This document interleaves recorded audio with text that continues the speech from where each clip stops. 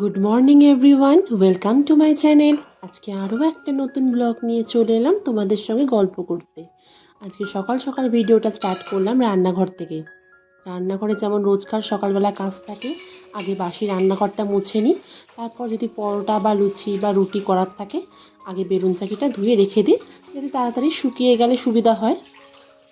আজকে মেয়ের ইচ্ছা হয়েছে যে সে টিফিনে আজকে রোল নিয়ে যাবে। রোল বলতে গেলে আমি ময়দাটা যেমন মেখে রাখি, আগের দিন মেখে রেখেছিলাম, আর একটু ডিম দিয়ে একটু সামান্য পেঁয়াজ দিয়ে দিয়ে তারপর একটু রোলের মতো করে দেবো। ও খেতে ভীষণই ভালোবাসে, আর ওপরে যেমন সস ছড়িয়ে দিই। টিফিনটা করার আগে এই কাজগুলো আগে করে নিতে হবে। চায়ের জলটা বসিয়ে দিলাম, আর এদিকে মেয়ের দুধটা গরম করতে বসালাম। সকাল সকাল দুধটা গরম করে নিলে কি হয় বলো তো, যখন খাওয়াই না তাহলে দুধটা অনেকটা ঠান্ডা হয়ে যায়। না হলে মেয়ে একদমই খেতে চায় না গরম দুধ। ওই জন্য প্রত্যেক দিন আগে গরম করে নিই, আর নইলে একটুখানি ফ্রিজে সামান্য রেখে দিই। দুধটা ঠান্ডা হওয়ার পর তারপর খাওয়াই। সকালবেলা চাটা আগে করে নিই, কারণ চায়ের যে নেশা থাকে সকালবেলা, মনে হয় না চাটা যতক্ষণ না খাচ্ছি ততক্ষণ একটুখানি ফ্রেশ হওয়া যায়। চাটা খেলে মনে হলো এবার কাজে লাগতে পারবো।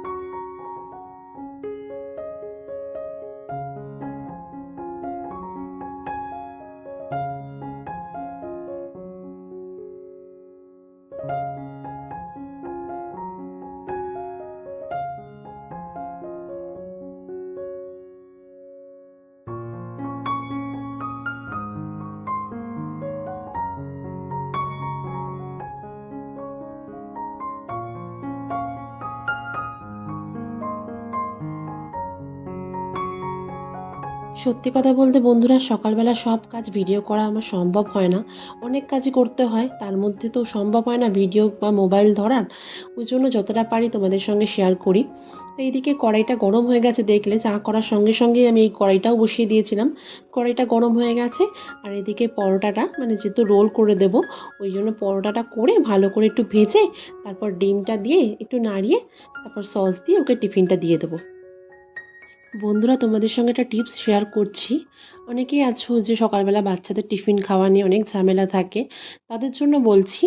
এই যে আমি রোলটা করছি না, আমি আগের দিন একটু আটা ময়দা, বেশিটা ময়দা দিইনি, আটাই দিয়েছি বেশি, মেখে রেখেছিলাম। আর যে ডিমটা করছি, ডিমটাও হেলদি, ভালো খাবার।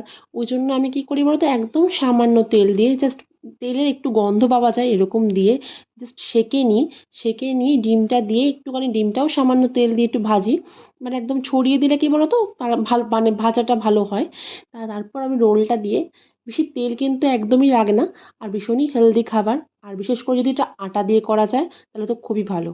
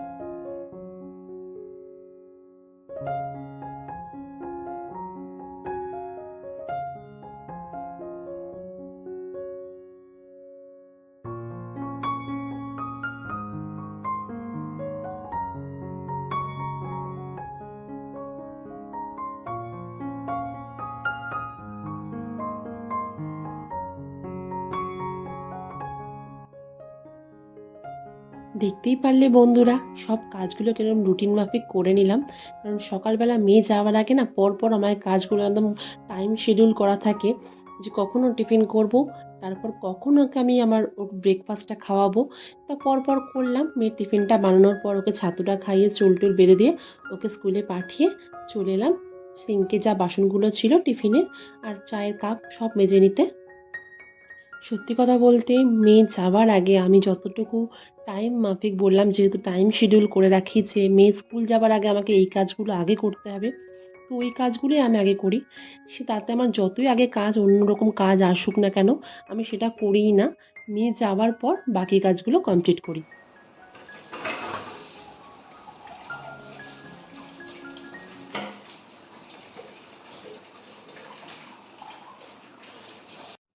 রান্নাঘরের কিছু কাজ কমপ্লিট করে চলে এলাম আবার ঘরে।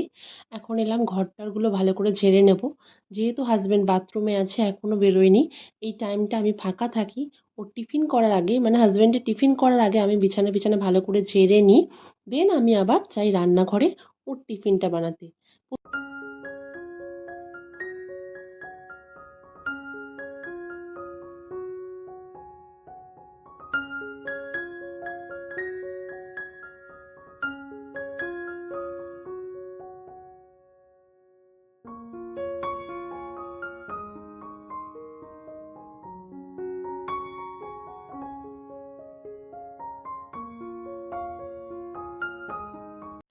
আবার চলে এলাম রান্নাঘরে।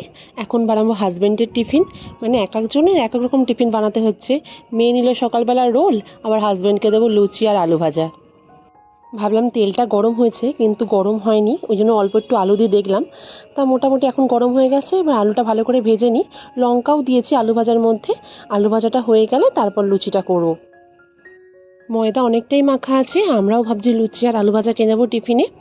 তা আজকে বেলাতে আবার মেয়েকে আনতে যাওয়া আছে, তাই জন্য তাড়াতাড়ি করে টিফিনগুলো করে নিচ্ছি। তারপর একটু মাকে রান্নায় একটু হেল্প করতে হবে। ওই জন্য টিফিনটা হয়ে গেলে কি বলো তো, অনেকটা সুবিধা হয়।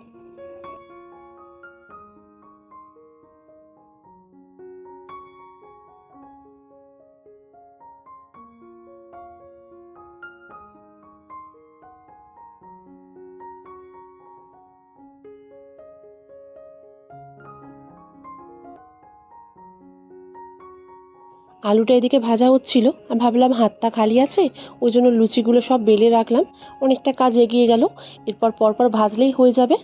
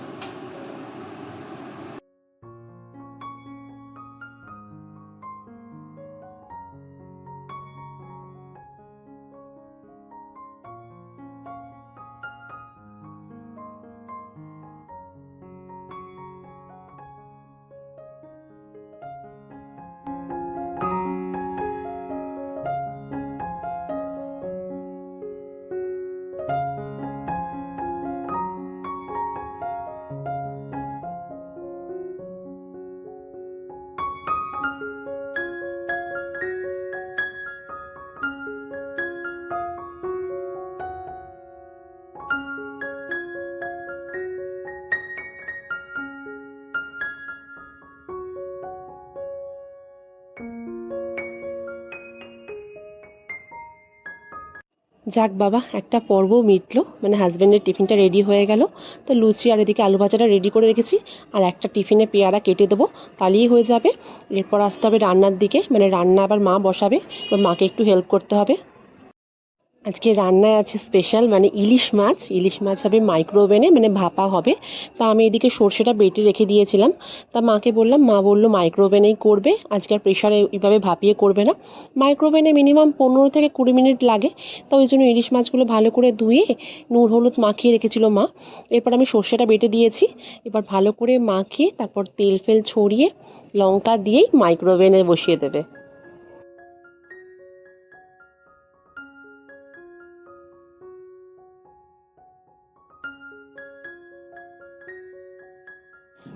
তোমাদের সঙ্গে একটা ছোট্ট টিপস আমি শেয়ার করছি। তা আজকে যেহেতু ইলিশ মাছ ভাপা হচ্ছে, আমি সর্ষে আর পোস্তটা পুরোটাই হাতে মানে শিলনোড়াতে বেটে করছি। অনেক সময় বাড়িতে হয়তো শিলনোড়া থাকে না, তখন আমরা কি করি মিক্সিতে মানে সর্ষেটা বাটার চেষ্টা করি, কিন্তু ভয় লাগে যে সর্ষেটা যদি তেতো হয়ে যায়। সেক্ষেত্রে যখন সর্ষে বাটবে তার মধ্যে একটু নুন আর কাঁচা তেল নিয়ে নেবে, তাহলে দেখবে সর্ষেটা কিন্তু তেতো হবে না। বন্ধুরা, মাইক্রোওভেনে যখন কিছু দেবে, ইলিশ মাছ হোক কি অন্য কিছু কোনো মাছ যদি ভাপাও, সেটা বারবার না টাইমিংটা শর্ট দেবে। হয়তো প্রথমে 5 মিনিট দেবে, তারপর আবার দেখে নেবে যে গ্রেভিটা, অনেক সময় কি হয় গ্রেভিটা শুকিয়ে যায়। মানে আমাদের এরকম আগে একবার হয়েছিল এক্সপিরিয়েন্স, যে গ্রেভিটা পুরো ড্রাই হয়ে গেছিলো। ওই জন্য আমি কী করি, প্রথমে 5 মিনিট তারপর আবার 5 মিনিট দিয়ে এরকম করে করে দেখে নিই। তাহলে কী বলো তো, ভালো করে দেখাও যায় আর সেদ্ধ হয়েছে কিনা সেটাও দেখা যায়।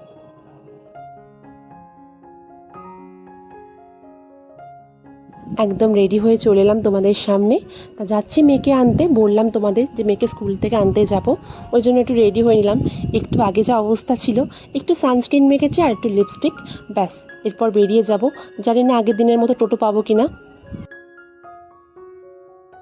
যেটা ভাবলাম সেটাই হলো, টোটো তো পেলাম না, অনেকক্ষণ ওয়েট করলাম। আর এখান থেকে হেঁটে প্রায় বাড়ির থেকে 10 মিনিট কি 15 মিনিট লাগে, তো হেঁটেই যেতে হবে।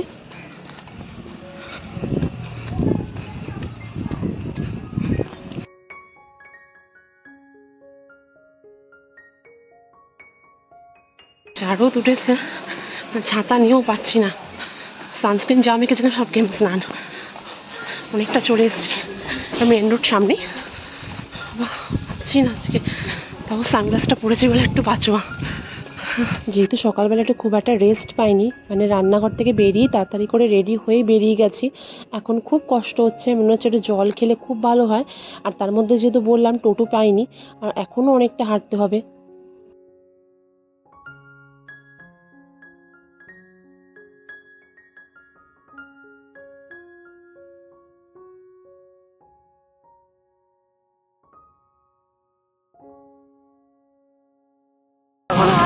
তোমার গলার প্রবলেম হচ্ছে, কিসের আইসক্রিম? না, কোনো আইসক্রিম না মা। কি কি? না না, জল খেলেও ঠান্ডা লাগবে। তো দাদা আসলে বলিস না তো কিছু। ব্যাগটা আমি নিচ্ছি নেমে, হ্যাঁ যখন লেবু নেবো তখন নেবো। হ্যাঁ, ফল নেই তো। হ্যাঁ হ্যাঁ, না আজ আইসক্রিম খাবে না, কিচ্ছু কিনতে দেবো না, বাড়ি চলো আগে। মেয়েকে দাঁড় করিয়ে মানে স্কুল থেকে নিয়ে একটু ফল নিচ্ছিলাম। যেহেতু ফলটা আমার প্রত্যেক দিন এখান থেকেই নিতে হয়, ওই জন্য ভাবলাম যে স্কুল থেকে আসার পথেই নিয়ে নিই।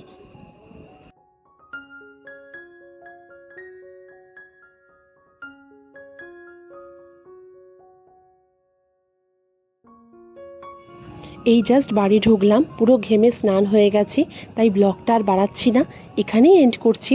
যদি আমার ভিডিওগুলো ভালো লেগে থাকে তো প্লিজ আমার চ্যানেলটাকে সাবস্ক্রাইব করে দিও, আর নিচে থাকা বেল বাটনটা অল করবে। সবাই লাইক কমেন্টস করতে কিন্তু একদম ভুলবে না। সবাই খুব ভালো থেকো, সুস্থ থেকো, অবশ্যই নিজের খেয়াল রাখবে। তাহলে আজকের মতো টাটা।